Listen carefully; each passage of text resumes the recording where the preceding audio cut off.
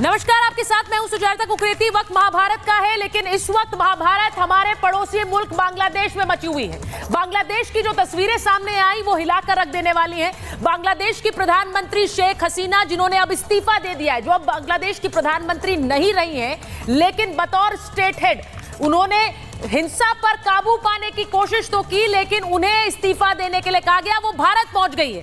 बड़ी खबर इस वक्त की यही है कि शेख हसीना अभी भारत पहुंची हैं। शेख हसीना की तस्वीरें आपको सुबह से दिखा रहे हैं। बांग्लादेश में जो गदर मचा हुआ है, जिस तरह से शेख हसीना को इस्तीफा देने के लिए कहा गया और उसके बाद उन्हें बांग्लादेश छोड़ना पड़ा और उसके बाद अब वो भारत पहुंची है, ये इस वक्त की सबसे बड़ी खबर है। मैं बता दूं अपने दर्शकों को कि बांग्लादेश से वो भारत पॉलिटिकल असाइलम नहीं ले रही है, यानी कि राजनीतिक सियासी संरक्षण नहीं लिया है शेख हसीना ने भारत में। वो सिर्फ भारत पहुंची हैं और यहां से कहा जा रहा है कि वो लंदन जाएंगी। लेकिन अभी की इस वक्त की सबसे बड़ी खबर यही है कि शेख हसीना इस वक्त भारत में है। इस वक्त शेख हसीना भारत में है, ये इस वक्त की सबसे बड़ी खबर है। कुछ घंटे पहले शेख हसीना को अल्टीमेटम दिया गया, देश छोड़कर वो वहां से निकली है और वो पहुंची है भारत के हिंडन एयरबेस पर उनकी फ्लाइट लैंड की है। मैं आपको तस्वीरें दिखाती हूं जिनकी वजह से शेख हसीना को बांग्लादेश छोड़ना पड़ा। ये तस्वीरें देख लीजिए, पूरी तरह से बेकाबू भीड़ जिसने गदर मचा दिया बांग्लादेश की सड़कों पर। देखिए, दूर तक प्रदर्शनकारी लाठी डंडे लिए हुए हाथ में शेख हसीना के आवास तक बढ़ते हुए। ये तस्वीर थी बांग्लादेश की। दूसरी तस्वीर दिखाती हूं। इसके बाद ये देखिए, वहां पर जहां पर वाहन थे, जहां पर दुकानें थी, सब तोड़फोड़ कर रहे थे। संदेश स्पष्ट था कि शेख हसीना इस्तीफा दें, यहां से जाएं। ढाका पर, पूरे ढाका पर प्रदर्शनकारियों ने कब्जा कर लिया। ये वो तस्वीर जिसने शेख हसीना को देश छोड़ने के लिए मजबूर किया। और ये जो तस्वीर आप इस वक्त देख रहे हैं, ये ड्रोन से ली गई तस्वीर दिखाती है पीएम हाउस के चारों तरफ कैसे प्रदर्शनकारियों ने घेर लिया था। देखिए तस्वीर, पूरी तस्वीर में आप देखेंगे सड़कों पर प्रदर्शनकारी प्रधानमंत्री आवास को घेरे हुए। और ये तस्वीर सबसे एक सटीक दृश्य देती है कि बांग्लादेश में क्या हो रहा था। सड़कों पर उतरे हुए प्रदर्शनकारी, आरक्षण के खिलाफ जो एक विरोध शुरू हुआ, उस विरोध ने कैसे हिंसक रूप ले लिया। आज महाभारत में यह भी बात करूंगी कि क्या इसके पीछे एक साजिश है। कौन कौन से देश शेख हसीना के साथ खड़े हैं, कौन कौन से देश बांग्लादेश के खिलाफ खड़े हैं, क्या उनका भी रोल हो सकता है, क्या पाकिस्तान का कोई रोल है इसमें, आज इस पर भी बात करूंगी। लेकिन तख्ता पलट के वो 45 मिनट क्या थे। हिंसक प्रदर्शनकारियों ने पीएम आवास को घेर लिया। जो तस्वीर आपने देखी, शेख हसीना को हटाने पर अड़ी थी वहां की भीड़। वहां वो इस्तीफा दे। कल एक ब्लडी संडे, खूनी रविवार था, 97 लोगों की जान चली गई और उसके बाद ये प्रदर्शन और ज्यादा उग्र हो गए। सुरक्षा कर्मी इन उपद्रवियों पर, प्रदर्शनकारियों पर गोली नहीं चलाना चाहते थे, इसीलिए सेना ने शेख हसीना से कहा कि आप इस्तीफा दे दीजिए, वरना यहां पर खून खराबा होगा। हसीना को 45 मिनट का अल्टीमेटम दिया गया। उस 45 मिनट में शेख हसीना ने देश छोड़ दिया। आर्मी ने उनसे कहा आप देश छोड़कर जाइए, उन्होंने इस्तीफा दिया और वो देश छोड़कर निकल गई। और इसलिए क्योंकि उनके घर के दरवाजे तक प्रदर्शनकारी पहुंच गए थे। अब इन सब के पीछे कौन है, किसने शेख हसीना को देश छोड़कर भागने के लिए मजबूर किया, उस पर आज महाभारत में बात होगी। लेकिन आपको दिखाती हूं वो तस्वीरें जिन्होंने शेख हसीना को मजबूर कर दिया 45 मिनट के अंदर वहां से निकलने के लिए। एक तस्वीर देखिए, गेट पर कैसे प्रदर्शनकारी पहुंच गए थे पीएम आवास के। ये देखिए, ये पीएम आवास है, वहां का गण भवन, और उसके बाहर ये प्रदर्शनकारी लाठी डंडे लिए पहुंच गए। आर्मी इन पर कोई फायरिंग, कोई गोली नहीं चलाना चाह रही थी। ये लोग वहां पहुंचे और उसके बाद ये अंदर घुस गए। देखिए इस तस्वीर को, देखिए पीएम आवास में अंदर घुसते हुए प्रदर्शनकारी। और उसके बाद ये पीएम आवास के गेट की तस्वीर आप देख रहे हैं, जहां पर ये अंदर जा रहे हैं। अब ये अंदर घुस चुके हैं लाठी डंडे लिए हुए शेख हसीना की सरकार से ये लोगों ने पिछले कई दिनों से मांग की कि जो सरकारी नौकरियों में आरक्षण दिया गया है, खासकर उन परिवारों को जो कि स्वतंत्रता संग्राम में शामिल थे, उनके परिवारों को 30% आरक्षण मिलता है और कुल आरक्षण 50% से ज्यादा है वहां सरकारी नौकरी। ये तस्वीरें देखिए, ये अब पीएम आवास में घुस गए और अब देखिए वो तस्वीरें कि जब ये प्रदर्शनकारी पीएम आवास के अंदर घुसे तो क्या हुआ। देखिए वहां पीएम आवास में जहां पर शेख हसीना कभी बैठा करती थी, मीटिंग्स लिया करती थी, वहां ये घुस गए, उनके सोफों पर बिस्तर पर लेट गए और वहां पर हंगामा कर रहे थे। उनके घर के अंदर घुसकर खाना खा रहे थे, ये संदेश देने की कोशिश कि सब पर हमारा कब्जा है। ये तस्वीर आई शेख हसीना के निवास से। ये प्रदर्शनकारी हैं जो उनके घर में घुसकर पूरी तरह से उस पर कब्जा कर चुके थे। तो ये तस्वीर बांग्लादेश से आई, जिसके बाद शेख हसीना भारत पहुंची है और अब कहा यह जा रहा है कि भारत से वो सीधे लंदन जाएंगी। मैं एक बार बताऊं आपको, बहुत सारे सवाल हैं जिनके जवाब हमें लेने हैं। हमारे साथ मेहमान जुड़ रहे हैं, major general GD Bakshi sir हमारे साथ जुड़ गए हैं, कर्नल दिनेश नैन हमारे साथ है, हमारे साथ कर्नल शैलेंद्र सिंह जुड़ गए हैं और मेजर समरपाल तूर हमारे साथ है। मैं सबसे पहले एक एक करके वो सवाल पूछूंगी और उन सवालों के जवाब भी लूंगी कि इसमें एक आर्मी चीफ ने जो संदेश दिया है, अगर हम वो ग्राफिक पहले चला पाए चेतन, आर्मी चीफ ने जो संदेश दिया आज कि 48 घंटे के अंदर वो एक सरकार बना लेंगे, ये कहा गया है। यानी कि शेख हसीना की सरकार चली गई जो इलेक्टेड सरकार थी और अब आर्मी चीफ कह रहे हैं कि वो 48 घंटे के अंदर सरकार बनाएंगे। उन्होंने ये भी कहा कि पूरी जिम्मेदारी उनकी है। क्या हम वो ग्राफिक चला सकते हैं? ये अब सवाल ये है कि बांग्लादेश में अब क्या होगा। कर्नल नैन, मैं आपसे पूछ रही हूं, बांग्लादेश में अब क्या लग रहा है आपको होने वाला है? क्योंकि वहां आर्मी चीफ कह रहे हैं कि हम अगली सरकार बनाने के लिए 48 घंटे में काम करेंगे, क्या होगा अब? देखिए सुचारिता, आज के इवेंट्स को देखिएगा। 45 मिनट के दौरान में शेख हसीना को एक अल्टीमेटम मिलता है कि आप यहां से छोड़ के भाग चले जाइएगा और अपना इस्तीफा दे दीजिएगा, और उनके पास कोई विकल्प नहीं होता और वो निकल लेती हैं। उसके बाद में आर्मी के जो चीफ हैं वो विपक्ष और पक्ष के जो भी दो नेता वहां बचे हुए होते हैं उनके साथ बैठ के एक मीटिंग करते हैं और फिर उसके बाद में करते हैं प्रेस वार्ता। और प्रेस वार्ता में कहते हैं कि अब कंट्रोल हमारे पास है, मेरे पास है, और हम जल्दी आपको, शीघ्र ही आपको एक सरकार दे देंगे। और साथ ही साथ में युवाओं को कहते हैं कि आपकी पूरी मांगे हम मानेंगे और कोई भी आप उपद्रव करने की कोशिश ना करें। फिर दो नाम दिए जाते हैं, नजरुल्लाह एक राइटर है जो वाकई, उनका नाम आगे रख दिया जाता है कि भाई ये होंगे प्राइम मिनिस्टर और ये वाइस प्रेसिडेंट, एक का नाम और दिया है। और ये दोनों के दोनों नेशनल राइटर्स, इनका पॉलिटिक्स से कोई ज्यादा दूर तक का लिंक नहीं है। यानी बात साफ है, जो काम पाकिस्तान खुल के करता है यहाँ पे वो काम पर्दे के पीछे से धीरे से किया गया। मैं आपका ध्यान वहां ले जाना चाहूंगा सुचारिता कि अगर आप इस भीड़ को देखें, जो अनगिनत भीड़ चारों तरफ खड़ी है, उसके बीच में आपको काफी बड़ी संख्या में सेना भी मिलेगी। लेकिन सैनिक कर क्या रहे हैं? कुछ नहीं, सिर्फ देख रहे हैं, सिर्फ उनके साथ में घूम रहे हैं वहां पे आराम से। यानी उन्होंने कोई डिस्टर्बेंस नहीं किया। देखिए, ये कहना कि सिर्फ सेना ने कराया होगा, नहीं, गलत है। लेकिन सेना ने इस अपॉर्चुनिटी का पूरा फायदा उठाया है, ये बात बिल्कुल सही है। रही बात ये सिचुएशन जो पहुंची है, देखिए मैं एक बार बड़ी खबर और बता देती हूँ सर, अगर आप लोग ब्रेकिंग चला पाए जरा चला दीजिए कि वहां हिंडन एयरबेस पर जहां शेख हसीना पहुंची हैं वहां पर बहुत सारे पुलिस अधिकारी पहुंच चुके हैं। वहां हिंडन एयरबेस पर शेख हसीना पहुंची हैं, ये खबर आ रही है।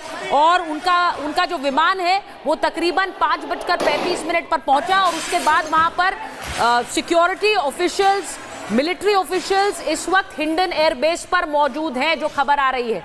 तो ये लगातार आपको ब्रेकिंग भी देते रहेंगे। लेकिन इस बीच एक और सवाल जो हम पूछ रहे हैं, वो सवाल ये कि वहां पर अब बांग्लादेश में लोकतंत्र होगा या फिर एक अलग सरकार बनाने की कोशिश हो रही है या फिर एक मिलिट्री को? क्योंकि बार बार शेख हसीना की तरफ से कहा जा रहा है, उनके बेटे की तरफ से कहा जा रहा है कि किसी भी सरकार को बनाने की कोशिश बांग्लादेश के रास्ते में एक बहुत बड़ा रोड़ा होगी, क्योंकि वहां पर आप बांग्लादेश की चुनी हुई सरकार को हटाकर दूसरी सरकार नहीं बना सकते हैं। समरपाल तूर सर, आप बताइए जरा, ये कि बांग्लादेश में इस वक्त आपको लग रहा है कि एक अलग सरकार बन पाएगी जो कि कहा जा रहा है? देखिए, अभी तक इस मेन मुद्दा, ये जो स्थिति आज पैदा हुई है वो बेसिकली अनएम्प्लॉयमेंट की वजह से पैदा हुई है। और ये अनएम्प्लॉयमेंट को कंट्रोल करने के लिए शेख हसीना की गवर्नमेंट ने एक कोटा सिस्टम इंट्रोड्यूस किया, पर इस कोटा सिस्टम को एक नेपोटिज्म का रूप दे दिया। किसने? जमाते इस्लामी मुस्लिम पार्टी ने। ये प्रो पाकिस्तान पार्टी है, इसका वहां पे काफी वेटेज है, और ये जितनी भी मॉब्स हैं, जितना भी एग्रेशन और जितनी भी इन्होंने जेल तोड़े हैं, इन्होंने अभी तक 160 बहुत ही माने हुए क्रिमिनल्स को छुड़ाया है। इन मॉब्स ने इन्होंने पोस्ट ऑफिसेस, बस स्टैंड्स, रेलवे स्टेशंस, जितनी भी पब्लिक प्लेसेस हैं, सब पे इन्होंने डिस्ट्रक्शन की है और 200 लोग मारे जा चुके हैं। तो मैं ये कहता हूं कि एक किस्म से बांग्लादेश की आर्मी ने मैच्योरिटी दिखाई कि जो 4 लाख लोगों ने जो शेख हसीना का जो अभी घर को घेरा हुआ था, यदि आर्मी इन पे फायर खोलती तो यहाँ पे बहुत ही बड़ा कांड होता। यूएन को इन्वॉल्व होना पड़ता, इंटरनेशनल एजेंसीज को ग्राउंड पे उतरना पड़ता, रेड क्रॉस की इन्वॉल्वमेंट होती। It would have been a pure destruction of their political status and system. तो इसे बचाने के लिए फौज ने मजबूरन शेख हसीना जी को बोला कि हम आपको सेफ पैसेज दिलाते हैं, आप जाइए, क्योंकि इतनी बड़ी तादाद में लोगों को कंट्रोल करना और उनपे फायर खोलना और खुद की फौज ने, तो ये संभव नहीं था। पहली चीज तो ये। दूसरा इन्वॉल्वमेंट है इसमें बांग्लादेश मुस्लिम पार्टी। तो अभी अगर हम पैटर्न देखें तो पिछले 5 सालों में violence against non Muslims is on the rise. फिर रोहिंग्यास का पुश करना across the India Bangladesh border बहुत ज्यादा हो गया था पिछले 5 सालों में। और अभी पिछले हफ्ते एक यूट्यूबर ने वीडियो भी बना के भेजी कि कितना इजी है बांग्लादेश से इंडिया में इन्फिल्ट्रेट करना। तो बेसिकली करप्शन इतनी फैल चुकी है। देखिए, मैं एक और बड़ी खबर आपको बताऊं कि शुभेंदु अधिकारी ने क्या कहा है। अगर हम वो चला सकते हैं स्क्रीन पर तो चलाइए जरा।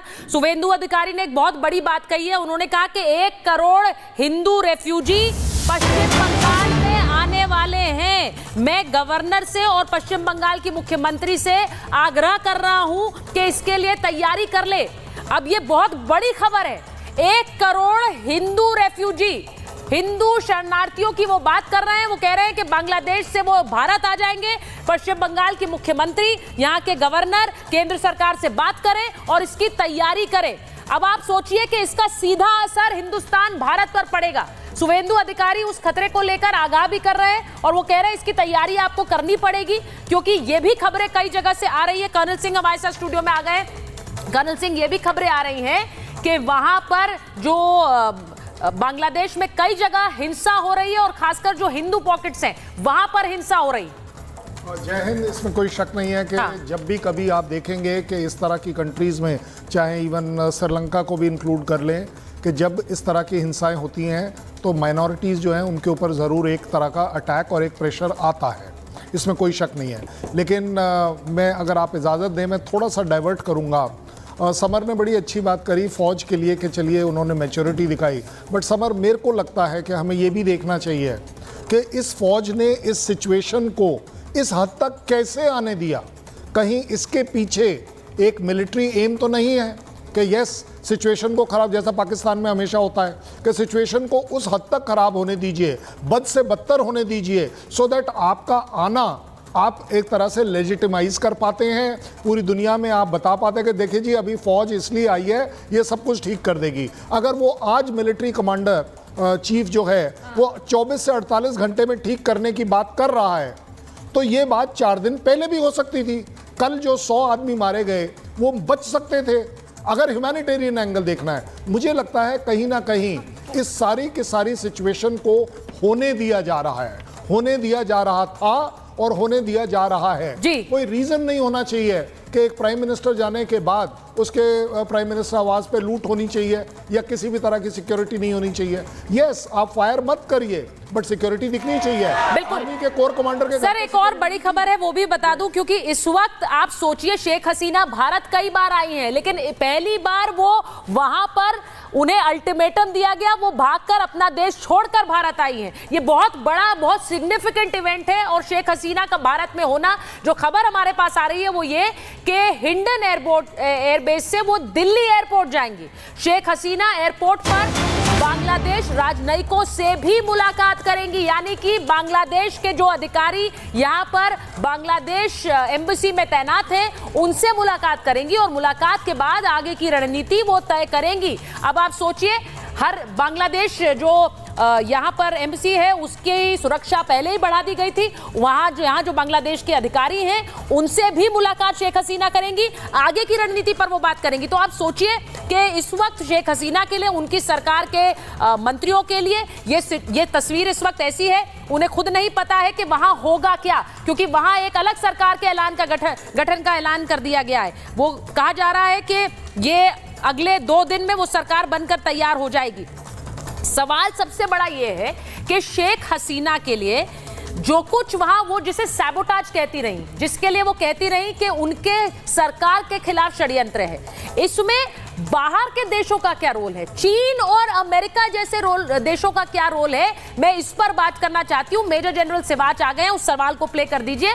मेजर जनरल सिवाच, मैं आपसे पूछ रही हूं, बहुत सी चर्चाएं ये हो रही हैं कि अमेरिका चीन जैसे देशों का बांग्लादेश में जो हुआ है उसमें क्या कोई रोल है? आप बताइए हमें, हमारे दर्शकों को।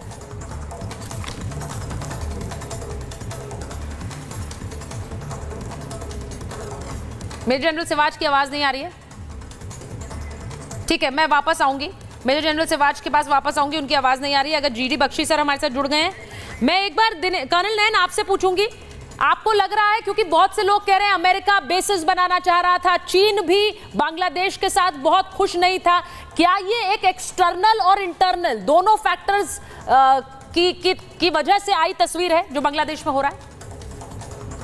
नहीं, कुछ रोल हो सकता है सुचारुता इसके अंदर, बिकॉज यूसी जब शेख हसीना चाइना में गई थी अभी मीटिंग करने के लिए, तो बीच में मीटिंग छोड़ के आई थी, तो उससे भी कुछ इशारे हुए थे। और अमेरिका का जो फॉलोअप था कि जो ये जो चितगोंग का इनका पोर्ट है उसके ऊपर जो चीन अपना वर्चस्व बनाने की कोशिश कर रहा था, तो उधर से अमेरिका ने भी कुछ इनडायरेक्टली, काफी ट्रेड अमेरिका को जाती है यहाँ से, जो इनका इकोनॉमिकल ग्रोथ हुआ है। बट मैं थोड़ा सा पहला, अगर परमिट करें तो पहला पॉइंट कवर करने की कोशिश करूंगा। देखिए, अब ये कहते हैं कि जमाते इस्लामी ने या मुस्लिम की जो नेशनल बंगाल पार्टी है एनबीएन, इसने या फिर ये जो मुस्लिम स्टूडेंट जमाते के जुड़े हुए मुस्लिम स्टूडेंट्स हैं, इन्होंने सारा खेल रच दिया। मैं मानता हूं कि नहीं, इसमें काफी हद तक शेख हसीना और आवामी लीग का भी हाथ है। देखिए, तीसरी बार के जब इलेक्शन हुए थे, अगर आप किसी भी आज बांग्लादेशी से पूछें तो वो कहेगा कि इलेक्शन ठीक से नहीं हुए, रिगिंग हुई है। और उनका तो यहां तक कहना है कि अगर इलेक्शन सही होते तो 20 सीट भी नहीं आनी थी। और काफी रोष है लोगों के अंदर उस इलेक्शन का, उस पर सोने पर सुहागा हो गया। ये जो अनएम्प्लॉयमेंट के होते हुए ये जो हाई कोर्ट ने जो ऑर्डर कर दिया था कि जितने भी मुक्ति वाहिनी के जो लोगों के बच्चे हैं, परिवार है, उनको 30% के करीब रिजर्वेशन देने के लिए। टोटल रिजर्वेशन बांग्लादेश में कितनी है? 53% है शायद, 30% है ये वाले जिनको लोग विरोध कर रहे हैं, 20% है ऑन इकोनॉमिकल बेसिस, कोई विरोध नहीं कर रहा, कोई विरोध नहीं कर रहा। और 3% भी ऐसे ही कोई विकलांग के लिए कुछ करके। तो ये जो मेजोरिटी जो 30% की थी, इसके खिलाफ नहीं। और सर, इसको लेकर पहले भी मुद्दा उठा है, ऐसा नहीं है ये पहली बार आया है, इससे पहले भी इस पर एक बार विचार भी हो चुका है, लेकिन इस बार ये इतना खूनी संघर्ष क्यों पहुंच गया? इसीलिए मैं पूछ रही हूं कि क्या एक्सटर्नल फैक्टर्स हैं, क्या इसमें अमेरिका का रोल है, क्या चीन का है, क्या पाकिस्तान का? कर्नल सिंह, देखिए, अगर हम एक्सटर्नल रोल को देखें तो उसमें आपको प्रूफ देने चाहिए। यूएस का रोल क्यों हो सकता है? यूएस ने सेंट मार्टिन आइलैंड मांगा था अपना नेवल बेस बनाने के लिए, फिर शेख हसीना ने मना कर दिया। ये एक कनेक्शन हो सकता है। जहां तक चाइना का सवाल है, चाइना जिस तरीके से बांग्लादेश में आना चाह रहा था, शायद उसे लगता है कि इंडिया के कहने से या नज़दीकियों की वजह से बांग्लादेश प्ले अप नहीं कर रहा था।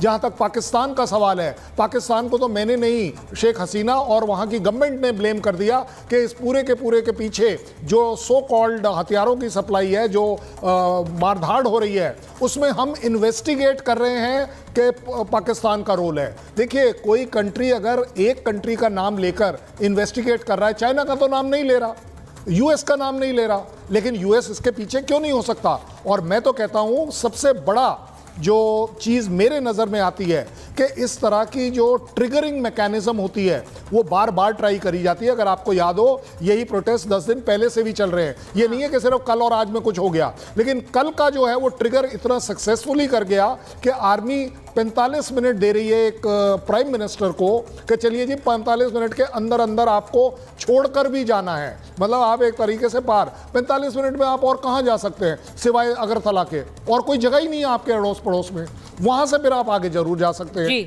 और अपने आप में जायज़ बात यह भी है कि शेख हसीना के रिलेशन इंडिया के साथ अच्छे हैं, ये मैं बिल्कुल नहीं कहूंगा।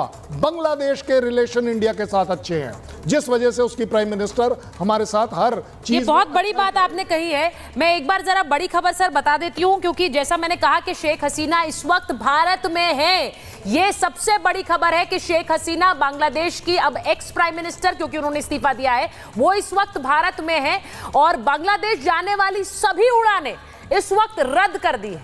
एयर इंडिया ने अपनी सभी उड़ानें रद्द की हैं, यानी कि कोई भी फ्लाइट अब बांग्लादेश अभी नहीं जा रही है फिलहाल, ये खबर आ रही है। और मैं आपको बताऊं कि इंडियन गवर्नमेंट ने, यानी भारतीय सरकार ने लगातार एडवाइजरीज भी जारी की थी जब से ये प्रदर्शन बांग्लादेश में हो रहे हैं कि वहां रह रहे सभी भारतीय इंडियन एम्बेसी के संपर्क में रहे, विदेश मंत्रालय के संपर्क में रहे। और अभी जो खबर आ रही है वो ये कि बांग्लादेश के साथ और सारी उड़ानें अभी फिलहाल एयर इंडिया ने रद्द कर दी हैं, कोई उड़ान नहीं उड़ेगी। अब सबसे बड़ा सवाल ये है कि बांग्लादेश क्यों जल रहा है, बांग्लादेश में ऐसा क्या हुआ है कि बांग्लादेश जल रहा है। बांग्लादेश में आरक्षण के खिलाफ ये हिंसक आंदोलन शुरू हुआ और 2 महीने से प्रदर्शनकारी वहां पर बवाल कर रहे हैं। स्वतंत्रता सेनानी परिवारों को कोटा मिला, कुल 56% आरक्षण का लोगों ने विरोध किया कि भाई 56% आरक्षण कैसे दिया जा सकता है। इसको जरा स्क्रीन पर चला दीजिए चेतन।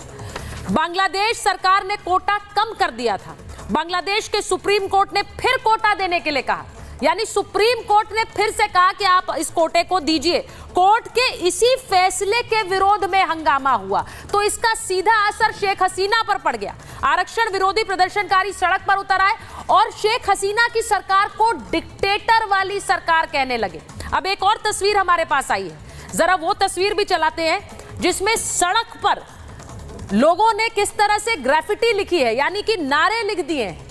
वो वाली तस्वीर जरा चला दीजिए फुल फ्रेम, क्योंकि जैसे प्रदर्शनकारी सड़क पर आगे बढ़ते चले गए सरकार पीएम हाउस की तरफ, उन्होंने कैसे सड़क पर लिखना शुरू कर दिया।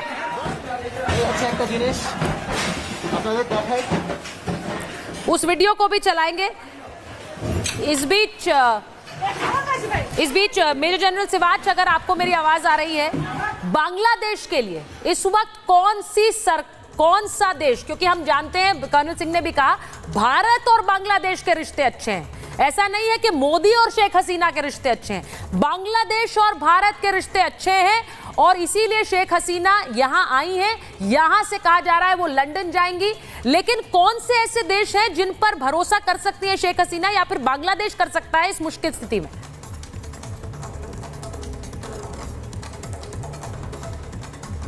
मेरे जनरल सिवाच, चलिए उनकी आवाज फिर से नहीं आ रही है, मैं वापस जा रही हूं, मेजर तूर के पास जा रही हूं। मेजर तूर, आप अगर इस पर जरा बता पाए, भारत और बांग्लादेश की हम बात करें। हाँ, अभी क्या है कि बांग्लादेश और इंडिया की नजदीकियां इतनी हैं, और इसका मेन कारण एक है कि जो अवामी लीग के जो पहले थे मुजीबुर रहमान, जो शेख हसीना के पहले जो फादर थे, तो उनका इंडिया से नजदीकियां बहुत थी। तो अब जो ये कह रहे थे कि जो मुक्ति बाहिनी के जितने भी फाइटर्स थे उनके कि नेक्स्ट ऑफ किन और फैमिली मेंबर्स को जॉब का कोटा मिलना चाहिए, तो बाकी स्टूडेंट्स ये अनुमान लगा रहे थे कि ये जितने भी अवामी लीग से लिंक्ड वेटरन्स की फैमिलीज हैं और इन्हीं को ही फर्स्ट प्रेफरेंस दिया जा रहा था। तो एक ऐसा माहौल बन गया था कि अगर आप शेख हसीना जी की अवामी लीग की पार्टी के सपोर्टर नहीं है तो आपको सहूलियतें भी कम दी जाएंगी, आपको प्रेफरेंस भी 2 नंबर पे ही रखा जाएगा अगर आप इनका सपोर्ट नहीं करेंगे। ऊपर से अगर हम देखें तो शेख हसीना जी की जो अवामी लीग है, अब ये उनका 4था टर्म था, तो मतलब ऑलमोस्ट आफ्टर 15 साल लगातार अगर आपने रूल किया है तो या तो आप इकोनॉमिकली बहुत स्ट्रांग बनेंगे, स्टैंडर्ड ऑफ लिविंग ऊपर होगा, ऐसा कुछ नहीं हुआ। बल्कि बांग्लादेश का मेन इकोनॉमिकल स्टे था उनका गारमेंट्स का बिजनेस, फुल फ्रेम काटिए, जो कोविड के दौरान क्रैश कर गया और सबसे ज्यादा अनएम्प्लॉयमेंट यहां पे हुई। और आईएमएफ से इन्होंने $4.8 बिलियन का मुआवजा लिया, लोन लिया। और अब बात हो रही है कि आर्मी एक है मोहम्मद यूनुस, वो उनके एक ग्रामीण बैंक है बांग्लादेश का बहुत मशहूर, उनके सीईओ है। तो वो उनको अब शेख हसीना जी की जगह पे लेके आना चाहते हैं। वो नोबेल प्राइज विनर भी रह चुके हैं 2008 में for his contributions for banking and helping the poor in Bangladesh. तो इनको लाने की बात की जा रही है। तो बेसिकली शेख हसीना की गवर्नमेंट के पास कोई प्लान नहीं बचा था। फर्स्टली इकोनॉमिकल, उस वक्त मैं ये तस्वीरें भी दिखा रही हूँ जहां पर सड़क पर लोगों ने ग्राफिटी से लिखा है, यानी कि उसमें संदेश क्या है, उसमें डेमोक्रेसी, किलर ऑफ डेमोक्रेसी लिख रखा है, उसमें बांग्लादेश स्टूडेंट्स लिखा हुआ है, आप लोग इसे पढ़ भी सकते हैं, सड़क पर लोगों ने लिख दिया है। और फियर इज कंटेजियस ये भी लिखा हुआ है। अब इसमें सवाल ये है कि जो मैंने जानकारी दी, जो अभी जानकारी थोड़ी देर पहले दी कि किस तरह कोटा को कम किया था बांग्लादेशी सरकार ने, उसके बाद फिर से सुप्रीम कोर्ट ने इसे लागू करने के लिए कहा तो शेख हसीना ने उसे लागू कर दिया। लेकिन ये पूरा जो प्रदर्शन है ये शेख हसीना के खिलाफ कैसे बन गया? मैं सवाल ये पूछना चाह रही हूँ कर्नल नैन कि शेख हसीना को हटाने से किसे फायदा होगा, भारत में इसका क्या असर होगा, इस पर तो हम बात कर ही रहे, लेकिन शेख हसीना हटेंगी, इससे क्या पाकिस्तान का फायदा है? डेफिनेटली देखो, तक पिछले काफी समय से जो भारत और बांग्लादेश के रिश्ते आपस में अच्छे हुए हैं, उसमें शेख हसीना का बहुत बड़ा हाथ है। हाँ। एक साल में 10-10 विजिट किए उसने हमें हिंदुस्तान के अंदर, और कितने करार किए हम लोगों ने आपस में। तो इस बात को पाकिस्तान जैसा देश जो हमसे चिढ़ता है, हमारा दुश्मन है, वो कैसे पसंद करेगा? लिहाजा शेख हसीना तो उसके रडार पे आएंगी आएंगी। मैं मेजर टूर की एक बात को थोड़ा और आगे लेके जाना चाहूंगा, जो ये बता रहे थे कि भाई वहां पे जो इतना अनएम्प्लॉयमेंट हुआ और सारा कुछ ठप हो गया, तो इस शेख हसीना पे उसका असर क्यों आया? देखिए, ये सरकार, जैसे मेजर तू ने बताया कि 15 साल पहले कर चुकी थी, आगे भी बढ़ गई थी, और लोगों के दिमाग में ये चला गया कि एक तो रिगिंग करके आए, इस बार कम सीट आनी चाहिए थी, इनका इनकम्बेंसी फैक्टर था। लेकिन इसके बावजूद शेख हसीना की जो कैबिनेट थी, जो लोग थे, उनके अंदर गुरूर बहुत ज्यादा था, घमंड बहुत ज्यादा था, और वो लोगों को ठीक से ट्रीट नहीं कर रहे थे। इसलिए गलत इंप्रेशन लोगों में बढ़ता जा रहा था, जिसका फायदा जमाते इस्लामी ने या फिर कट्टरपंथी जो लोग थे वो, और जो कि दूसरी विपक्ष पार्टी है, उन लोगों ने इसका फायदा उठाया, और यह हालत यहां तक पहुंची। रही बात सेना की, जैसे कि आपने बोला 15 दिन हो गए, ना कहीं पे बैरिकेड लग रहे हैं, ना कहीं पे कुछ हो रहा है, आने दो, सबको आने दिया जा रहा है। तो सिक्योरिटी एजेंसी कर क्या रही थी? What were they doing there? Exactly, colonel Nain, मैं यही पूछ रही हूं कि सिक्योरिटी फोर्सेस ने अपनी प्रधानमंत्री को बचाने की कोशिश नहीं की। उन्होंने सीधे, सेना ने यह कहा कि आप देश छोड़कर चले जाइए। उन्होंने फायर ओपन नहीं किया प्रदर्शनकारियों पर, प्रोटेस्टर्स पर। उन्होंने उन्हें नहीं रोका, बल्कि शेख हसीना को कहा आप देश से निकल जाइए। अब मैं इसको किसी भी देश की स्थिति पर लागू करके देखना चाह रही हूं, क्योंकि इस वक्त बड़ी ऊहापोह की स्थिति अलग अलग देशों में मची हुई है। लेकिन क्या देखिए, हाँ बोलिए सर। फायर करना गलत हो जाता है, जैसे मेजर तूर बोल रहे थे। नहीं, वो ठीक है। भीड़ बहुत ज्यादा थी, ये स्टेज नहीं थी उसको संभालने की, वो स्टेज गुजर चुकी थी। लेकिन मेरा कहने का मतलब ये है, लेकिन अगर वो स्टेज गुजर गई है, सर मेरा सीधा ये कहना है कि मिलिट्री अगर देश में है तो एक चुनी हुई सरकार और उनका सरकार का नेतृत्व कर रही जो नेता हैं, उनकी सिक्योरिटी भी मिलिट्री के हवाले है एक तरह से। लेकिन मिलिट्री ने उन्हें कहा कि आप निकल जाइए, और उसके बाद एक और सरकार का गठन 48 घंटे के अंदर होगा, ये कहा जा रहा है। मैं एक बार जरा एक बड़ी खबर बताऊं, फिर मेजर जनरल सिवाच का मुझे कहा जा रहा है ऑडियो ठीक हो गया है, मैं उनके पास जाऊंगी। बांग्लादेश में अंतरिम सरकार का गठन होगा, 10 सदस्यीय अंतरिम सरकार बनेगी, और सलीमुल्लाह खान, आसिफ नजरुल होंगे शामिल। ये नाम हमारे पास आ रहे हैं। ये बांग्लादेश की सरकार में जो लोग संभावित नाम हैं, उनके नाम आ रहे हैं। अब मैं ये भी आपको बताऊं कि एक और खबर हमारे पास आ रही है कि शेख हसीना का जो विमान जब लैंड किया है, तो भारतीय विमान किस तरह से वहां एक्शन में आ गए हैं, वो खबर भी जरा चला दीजिए। क्योंकि जैसे ही बांग्लादेश की प्रधानमंत्री, एक्स पीएम कहना चाहिए, वहां पर पहुंची। वायुसेना की नजर लगातार उनके विमान पर बनी हुई थी और हसीना का विमान आते ही लड़ाकू विमान वहां पर उतर गए। अब C-130J के साथ उड़ रहे थे फाइटर जेट्स, भारतीय लड़ाकू विमान C-130J के साथ वायुसेना के जवान किसी भी हालात से निपटने के लिए तैयार थे। अब मेजर जनरल सिवाच, ये इस वक्त भारत की जिम्मेदारी दुगनी हो जाती है। पहला तो पड़ोसी मुल्क में इस तरह के हालात बन गए, और दूसरा उनकी अब एक्स-पीएम, क्योंकि वो इस्तीफा देकर आई हैं, वो इस वक्त भारत में। अब ये पता नहीं, कहा जा रहा है वो लंदन जाएंगी यहां से, लेकिन इस वक्त उनकी पूरी सुरक्षा की जिम्मेदारी भारत की। देखो, सच्चाई है कि भारत के साथ बांग्लादेश के रिलेशन बहुत अच्छे हैं, और भारत के बांग्लादेश के रिलेशन अच्छे होने की एक सबसे बड़ी वजह ये भी है कि जो शेख हसीना के जो 15 साल थे उसमें भारत और बांग्लादेश की दोस्ती बहुत बड़ी है। इकोनॉमिक रिलेशन भी हुए, मिलिट्री टू मिलिट्री रिलेशनशिप हुए, 1965 की जो हमारी रोड कनेक्टिविटी और रेल कनेक्टिविटी वो भी हुई। तो भारत के लिए सबसे बड़ी बैट थी शेख हसीना। मगर ये सच्चाई है क्योंकि शेख हसीना की जो गवर्नमेंट वो रिजाइन कर चुकी है, वो भारत में हैं, और ये भी सच्चाई है वो भारत में नहीं रहना चाहेंगे, ना भारत उनको रखना चाहेगा। क्योंकि सच्चाई है कि आक्रोश जो है जो देश उसको रखता है, क्योंकि भारत एक बिल्कुल नज़दीक है बांग्लादेश में, और आज एंटी जो शेख हसीना जो सेंटिमेंट है, इसलिए वो लगता है या तो फिनलैंड या लंदन जाएंगी, क्योंकि वो भारत में है, उनकी सुरक्षा की रिस्पॉन्सिबिलिटी। जी, मैं एक बार सर, बहुत बड़ा डेवलपमेंट है इसलिए मुझे बताना होगा। प्रधानमंत्री नरेंद्र मोदी से मिलने पहुंचे हैं विदेश मंत्री एस जयशंकर। ये इस वक्त का बड़ा डेवलपमेंट है। प्रधानमंत्री को इस पूरी सिचुएशन के बारे में ब्रीफ करने के लिए पहुंचे हैं विदेश मंत्री एस जयशंकर संसद भवन के पीएम ऑफिस में। इस वक्त ये मुलाकात चल रही है, बांग्लादेश के हालात पर ये चर्चा हो रही है, क्योंकि शेख हसीना, बहुत बहुत इंपॉर्टेंट है ये, शेख हसीना इस वक्त भारत में है, और शेख हसीना बांग्लादेश छोड़कर भारत पहुंची हैं। इस पूरे हालात पर ब्रीफ करने, उन्हें जानकारी देने प्राइम मिनिस्टर नरेंद्र मोदी को external affairs minister S Jaishankar पहुंचे हैं। ये मुलाकात इस वक्त संसद भवन के पीएम हाउस में हो रही है, पीएम ऑफिस में हो रही है, ये आपको बता दूं। मेजर जनरल जीडी बख्शी भी जुड़ गए हमारे साथ। मैं आ रही हूं, कल तूर आ रही हूं आपके पास। मैं एक बार major general GD Bakshi sir, अगर आप मुझे सुन पा रहे हैं, बहुत बड़ा डेवलपमेंट है। मैं लगातार आपसे रिपब्लिक इंग्लिश में भी बात कर रहे थे हम, और ये डेवलपमेंट्स के बारे में ब्रीफ कर रहे थे। मुझे सीधे जरा हमारे दर्शकों को बताइए, इस वक्त शेख हसीना भारत में है, यहां से स्थिति क्या हो सकती है? उनका इंग्लैंड जाने के बारे में कहा जा रहा है, लेकिन भारत पर उन्होंने एक ट्रस्टेड पार्टनर की तरह भरोसा किया, इसीलिए वो भारत आई। नहीं, बेशक देखिए, ये तो जैसे मैं बता रहा था, ये तो देजा वो है।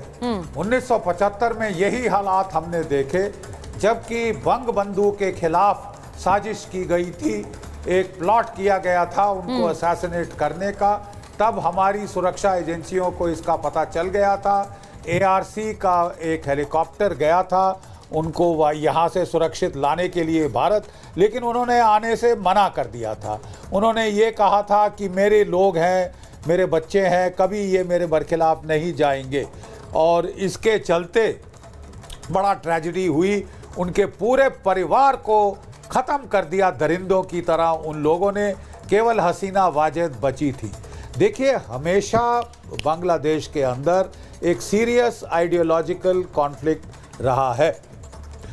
एक तो है मुक्ति योद्धा जो पाकिस्तान से लड़े, रजाकारों से लड़े, रेप जेनोसाइड के बरखिलाफ उन्होंने हथियार उठाए और बांग्लादेश को आज़ादी में बहुत उन्होंने योगदान दिया। भारत की फ़ौज के साथ मिलकर आज़ाद कराया बांग्लादेश को। लेकिन उसके पश्चात जो अफसर पाकिस्तान में थे बांग्लादेश की फ़ौज के, जो बड़े कट्टरपंथी थे, जो ISI के नज़दीकी थे, वो वापस रिपैट्रिएट किए गए, और उन्होंने फिर साहब इस्लामाइज करने की कोशिश करी, जमायत इस्लामी के ज़रिए, BNP के ज़रिए। आप जानते हैं ज़ियाउर रहमान वगैरह ये लोग आए, सीरीज़ ऑफ मिलिट्री डिक्टेटर्स जो कि प्रो पाकिस्तानी थे, और इस तरह से वो पूरा तख्ता पलट हो गया। जो कुछ भारत ने किया था वॉज अनडन। फिर मैं बता रहा हूँ आपको, सन 2005 की बात, जो मुक्ति योद्धा थे वो बेचारे ऑर्गेनाइज होने शुरू हुए, उन्होंने कहा आजादी तो हमने दिलाई जी। थी और ये राज करने दूसरे लोग पाकिस्तान से आ गए, ठीक है। और तब फिर उस हालात में जब रिवाइवल हुआ मुक्ति योद्धा का, तो शेख हसीना वाजेद वापस बांग्लादेश की प्राइम मिनिस्टर बनी। 3 टर्म रह चुकी हैं, थोड़ी एंटी इनकमेंसी फैक्टर तो है।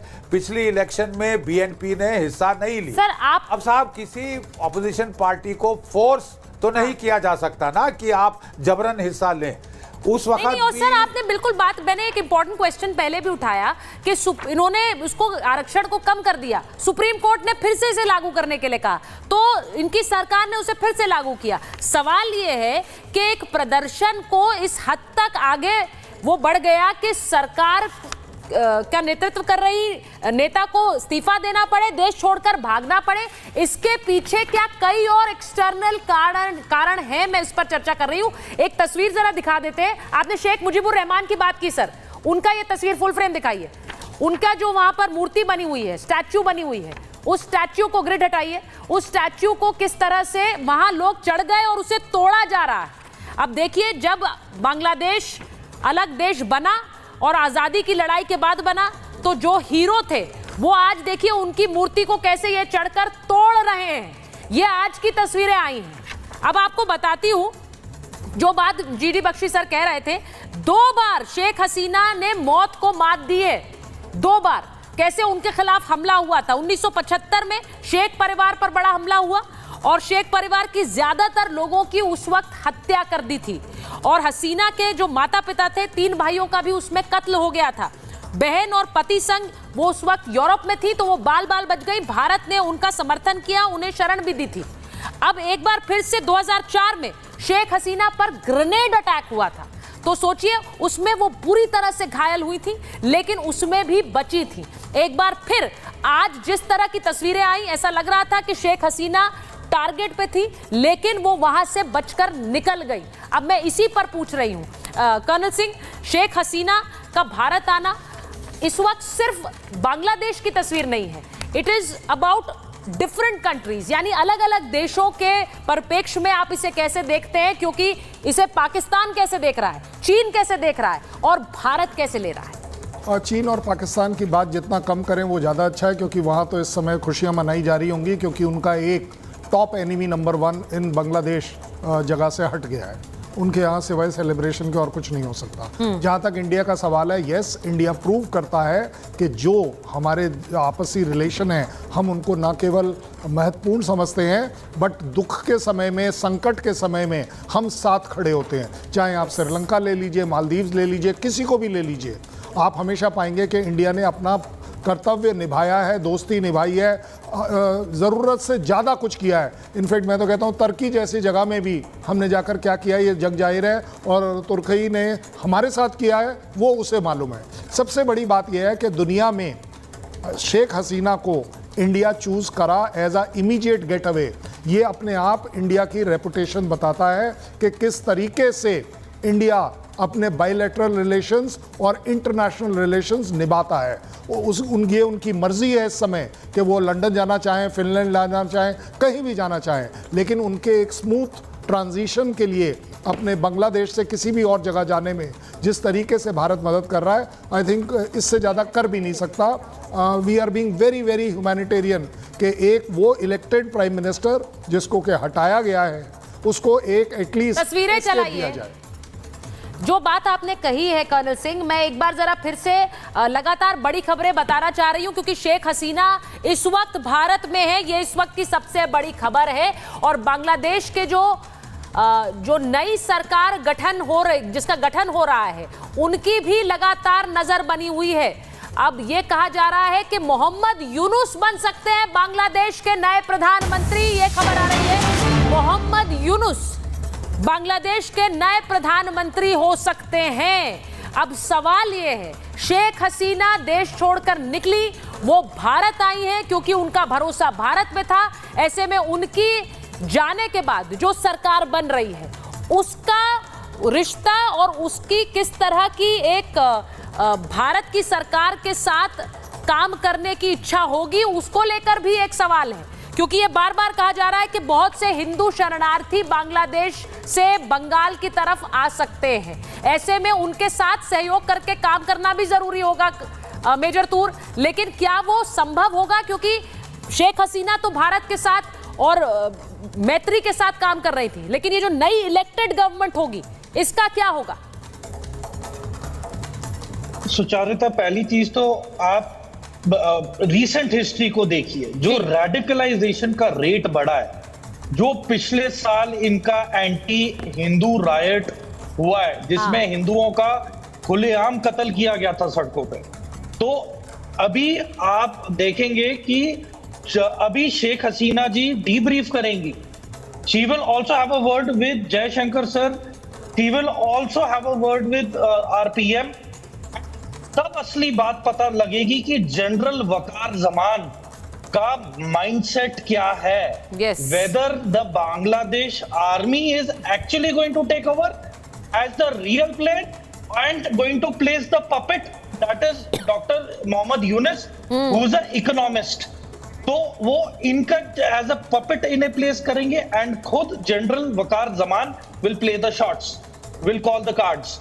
दूसरा देखिए, इनके पॉलिटिकल एग्जाइल्स बहुत ज्यादा है अब्रॉड में, बांग्लादेश में, जब से शेख हसीना की सरकार आई है। तो इंटरनेट बंद और बैन होने के बावजूद जो फंडिंग आ रही है जमात इस्लामी को और जो फंडिंग आ रही है बांग्लादेश मुस्लिम पार्टी को, तो ये सारी फंडिंग, नेटवर्क, नेक्सस, पैसा ये फॉरेन एग्जाइल्स वाले पॉलिटिशियंस भी भेज रहे हैं, पंप कर रहे हैं। और इनको कौन हेल्प कर रहा है? ISI and Chinese intelligence. Because कहते हैं ना 2.5 फ्रंट वॉर, तो एक फ्रंट पाकिस्तान हो गया, एक फ्रंट चाइना हो गया, और ये हाफ फ्रंट अब इन्होंने बांग्लादेश ऐसे एस्टैब्लिश करने के चक्कर में।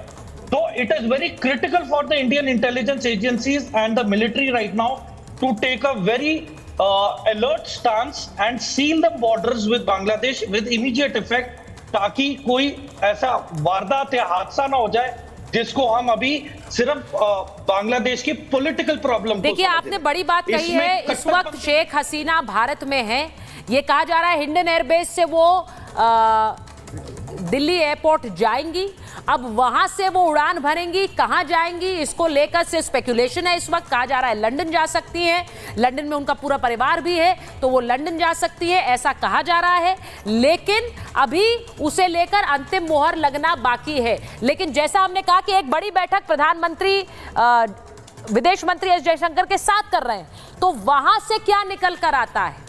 क्या भारतीय अधिकारियों के साथ किसी भी तरह की मुलाकात उनकी होगी, ये भी एक सवाल है।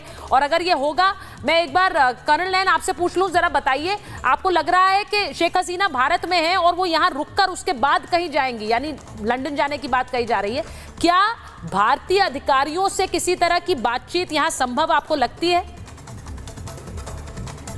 मेरा मानना है कि इस टाइम पे ऐसी कोई कोई पहले से कोई प्री डिसाइडेड ऐसा कुछ भी नहीं है। नहीं सर, वो तो इस तरह से हुआ कि प्री डिसाइडेड हो भी नहीं सकता। एमबीए के जो अपने एक्चुअल अफेयर मिनिस्टर है जयशंकर जी, वो उनसे मुलाकात कर लेते हैं। हाँ। और लेकिन हमें यह भी देखना होगा, जिस प्रकार से न्यूज आ रही है कि काफी मात्रा में हिंदू जो है वहां से अब प्लान करने की कोशिश कर रहे हैं। मैं आपको बता दूं, आज दोपहर से हमारे बीएसएफ के जो चीफ हैं वो पूरे क्या नाम है, बांग्लादेश के बॉर्डर के ऊपर पूरा अपने सर्वे करने में लगे हुए हैं।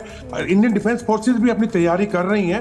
लेकिन जो नई सरकार है, जैसे कि जो सेना अध्यक्ष हैं, जिन्होंने कहा कि अब कंट्रोल हमारे पास है, लोग हम पर भरोसा करें, हम किसी के साथ अन्याय नहीं करेंगे, हम स्टूडेंट्स की बात मान लेंगे, ये कहीं नहीं दिखा रहा कि वो सेना रूल की तरफ से सेना रूल नहीं लगाएंगे। वो यही दिखा रहा है कि उसको मौका मिला है और वो बैठेगा। क्योंकि अगर उसको एंट्रीम सरकार बनानी ही होती तो जो सरकार, चलो शेख हसीना को आपने हटा दिया प्रधानमंत्री या राष्ट्रपति के पद से, लेकिन जो उनके बाकी लोग हैं जो इलेक्शन से लड़के आए हैं, तो क्या उनमें से आपको कोई भी लोग ऐसे नहीं मिले जिनको बांग्लादेश के अंदर लोग थोड़ा बहुत ठीक मानते और आप एक एंट्रीम सरकार उनके साथ मिलकर बना देते? ये बहुत इंपॉर्टेंट है। बात क्लियर है कि वहां पे ये सर इसलिए इंपॉर्टेंट है, मैं जीडी बख्शी सर अगर मुझे सुन पा रहे हैं, मैंने इसी बात का जिक्र थोड़ी देर पहले किया था कि अगर शेख हसीना नहीं तो क्या उनकी सरकार में कोई भी ऐसा व्यक्ति नहीं था जिसे आगे किया जा सके?